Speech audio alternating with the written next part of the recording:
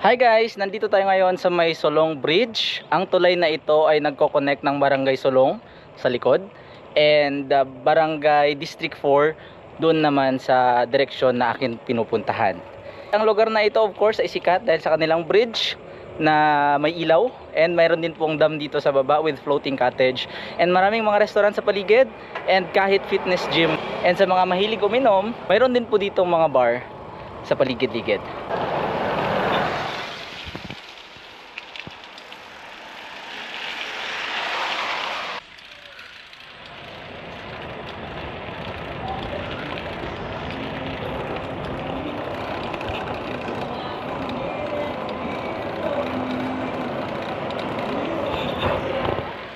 So ang ganda dito, punta rin kayo dito. So yun lang, share ko lang, bye bye, salamat.